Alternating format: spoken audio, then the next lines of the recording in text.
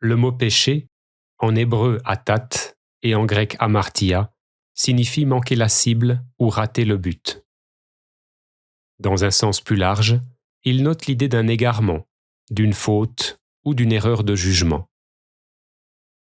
Selon ma propre interprétation, le péché est le fait, pour l'être, de dévier son attention lumineuse hors de son axe, lui faisant ainsi manquer la cible.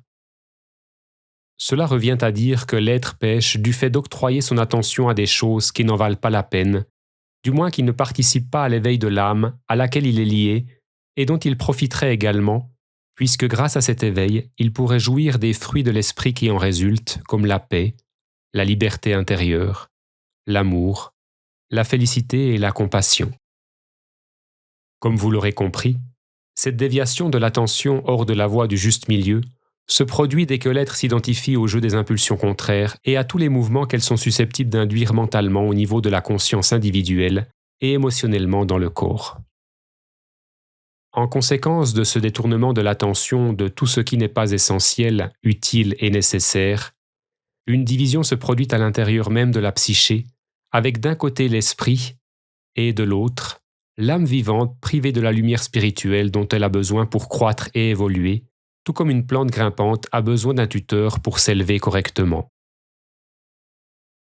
Le principe de la division qui rompt l'équilibre et brise l'unité au sein même de la psyché est ce que les traditions appellent le diable. Littéralement, il est celui qui se jette en travers. Il est celui qui sépare ce qui jusque-là était uni, en l'occurrence l'esprit et l'âme sur le plan intérieur. Il désunit, et c'est par la connaissance mentale du bien et du mal que ce principe de la division peut s'interposer et régner à l'intérieur de chacun.